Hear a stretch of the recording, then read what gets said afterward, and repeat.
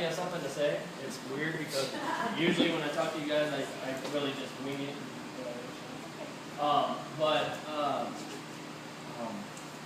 I'm told that I have to record this so I don't get killed by a certain somebody. Thank you. No, not Brother Ryan. It's Sister Victoria. Yeah, she's gonna kill me if I don't. So, anyways, we've been. Yes, Steve. Yes, Steve. Yes. Can you guys hear me? Is this good? Is this all right? Yeah. Do you want to need it? No, I don't need it. I'm just gonna put it down. This is not even gonna matter. It makes me nervous. If I had a headset, I'd be good, but I don't. So, It's coming. we've been talking lately. Pastor's been preaching the past couple weeks, last week anyway, about the Daniels fast that we're in now. We're I'm suffering. I mean, we're praying through it. yeah. Yeah, the Daniels fast is difficult. It is. I mean, it's really good because you get to eat still, and you can eat as much as you want, but you just have to limit what you eat. And I was told to bring some more information about the Daniels fast to you guys. And I was actually looking, and I was sent a lot of information, and I looked up a lot of information, but I realized I was like, you know what? I wasn't finding exactly what I needed to get to, so I was like, you know what? I'm just gonna forget the information for now. I'm just gonna look at the Word, see what the Word says about it, and find out where it goes from there. And That's good. that's where I was able to be like, you know what? This is what I need to preach about. All right, preach. Preach it. Preach. Thank you.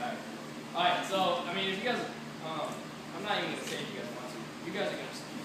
You gotta stand. So we're going to Daniel, chapter 1, and I'm gonna let you guys stand just for a couple verses, and then I'm gonna let you be seated because then I have a lot more verses after that I'm gonna read.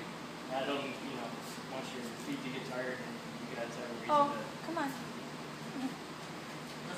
Preach it. She's I'm gonna stand for the word. I'm gonna stand for the word. So, bear with me. I was actually gonna have my phone read it to you guys. The Bible's better. Yeah, no, I know, but I was gonna have the guy that's on the phone that reads the Bible to me. Oh. I was gonna have him read it to you guys, but I'll read it. I realized that was a weird. It was kind of weird. It just seemed off. It's like, Yeah. done the Lord said. All right. So, chapter 1, right? Yeah, chapter 1. Okay, in my notes.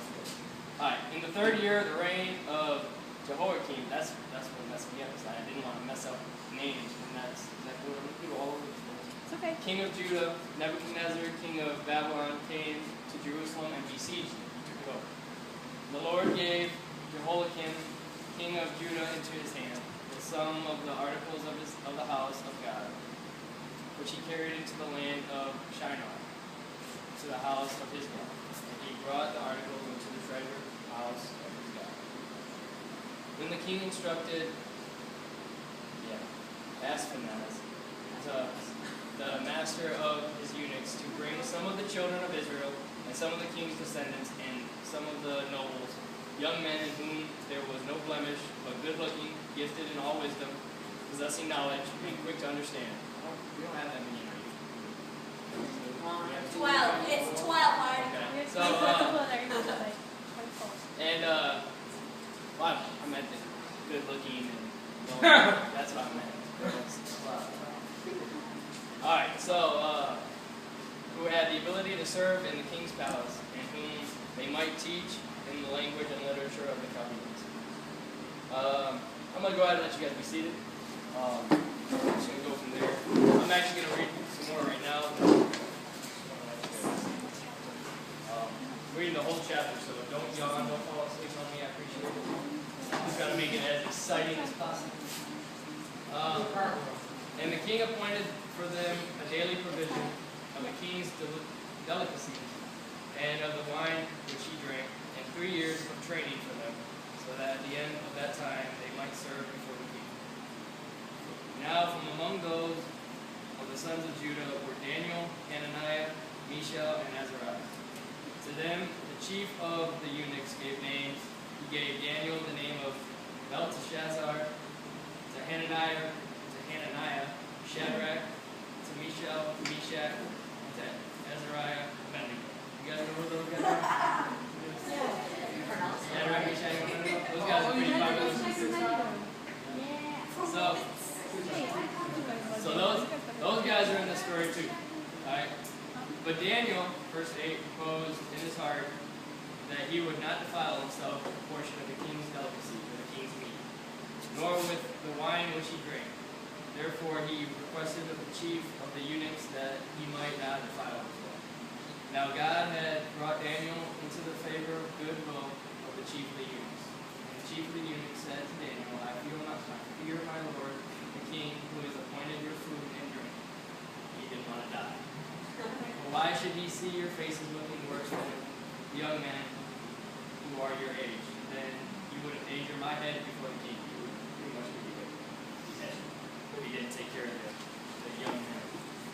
So Daniel said to the steward, whom the chief of the eunuchs had set over Daniel, Hananiah, Mishael, and Azariah, please test your servants for 10 days and let them give us vegetables to eat and water to drink.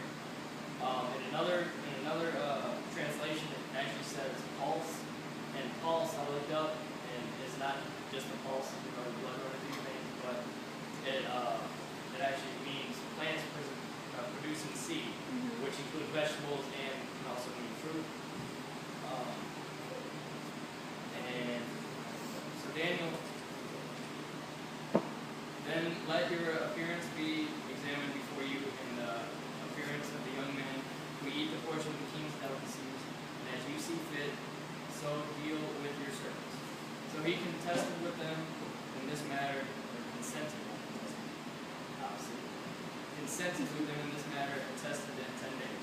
And at the end of the 10 days, this is very important, at the end of the 10 days, their features appeared better and fatter in flesh than all the young men who ate a portion of the king's delicacies.